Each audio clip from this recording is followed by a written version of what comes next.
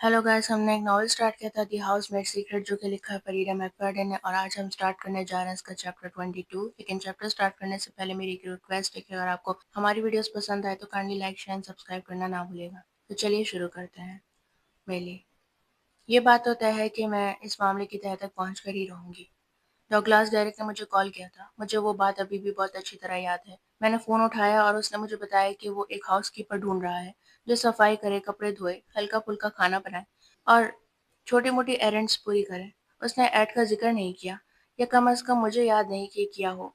लेकिन उस वक्त मुझे लगा कि उसी ऐड की वजह से उसका फ़ोन आया है। आखिर कोई और वजह तो हो नहीं सकती थी। लेकिन अगर ऐड कभी लाइव नहीं गया था तो फिर उसके पास मेरा नंबर कैसे आया? ये सब कुछ मुझे अजीब सी घबराहट देता है। मुझे अब भी वही एहसास हो रहा है जैसे कोई मुझे देख रहा हो, चाहे ज़ेवियर जेल में है। और वो ब्लैक माज़दा भी उस बिल्डिंग के बाहर खड़ी थी जहाँ डॉगलास अपने मिस्ट्रेस के साथ गया था।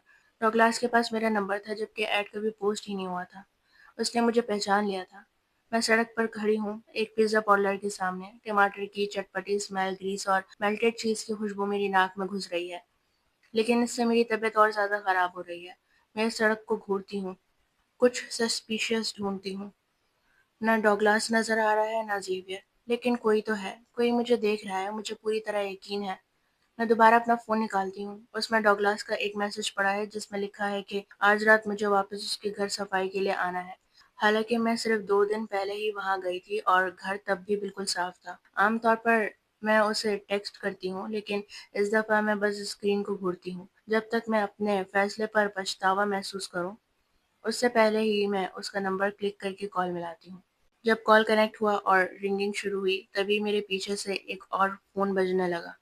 मेरे पेट में कुछ अजीब सा महसूस हुआ। मैं तेज़ घूमी, लेकिन वो फ़ोन एक टीनेज लड़की का लग रहा था। वो कॉल उठाती है और मैं उसकी चीख सुन सकती हूँ। Oh my God! फ़ोन में जब वो मेरे सामने से गुजर रही थी। अरे यार, मैं कितनी घबराई हुई हूँ।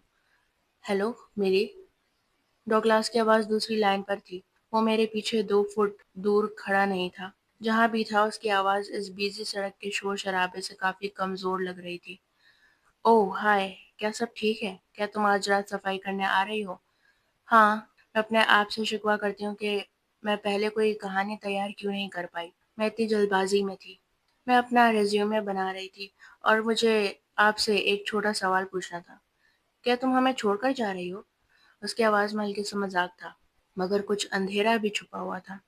मैं वैसे नहीं जा रही, बिल्कुल नहीं। मैं सिर्फ़ कुछ एक्स्ट्रा काम लेना चाहती थी, और मैं ये पूछना चाहती थी कि आपने मेरा नंबर कैसे लिया जब आपने मुझे कॉल किया? वो थोड़ी देर सोचता है। दरअसल ये नंबर वेंडी ने दिया था। वेंडी? आपकी वाइफ़? क्या तुम किसी और वेंडी को जानती हो? वो हँस पड़ा। उसने मुझे बताया कि एक दोस्त ने उसको तुम्हारा नंबर दिया था और कहा था कि तुम बहुत अच्छी हो। क्या उसने बताया कि वो कौन-सा दोस्त था? नहीं। अब उसकी आवाज़ में थोड़ा-सा डिफेंसिव अंदाज़ आ गया है। हमने तुम्हें काफ़ी मालूमात दे दी हैं। प्लीज़ वेंडी को परेशान मत करो इस बात के सिलसिले में। बिल्कुल नहीं, मैं कहती हूँ। बहुत शुक्रिया ये मालूमात देने के लिए। और मैं आज रात ज़रूर आऊँगी। मैं आज रात ज़रूर आऊँगी। लेकिन अगर वो समझता है कि मैं वेंडी से पूछने नहीं वाली, तो उसका अंदाज़ा गलत है।